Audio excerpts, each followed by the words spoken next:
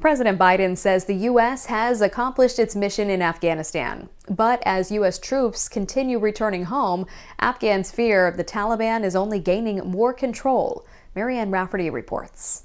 The U.S. withdrawal from Afghanistan is now more than 95% complete, ahead of the August 31st deadline. It's news former Secretary of State Mike Pompeo is happy about, bluntly saying it's time the Afghans took matters into their own hands.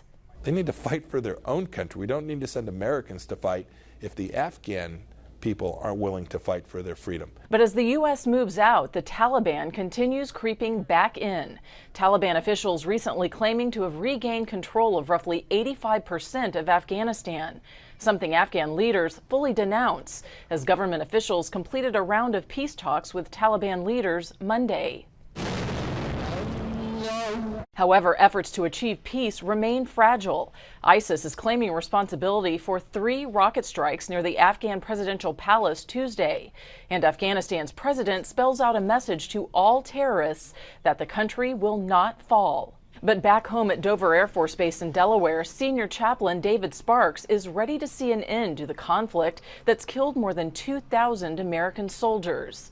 Sparks has spent the last 20 years guiding the families of the deceased through prayer as the remains of their loved ones killed overseas return to U.S. soil. Pray for a time when nations do not rise up against nations. Meanwhile, fears of the Taliban's resurgence haunt many Afghans, with the Biden administration now working to help more than 2,000 who previously worked for the U.S. settle at a military base in Virginia. Marianne Rafferty, Fox News.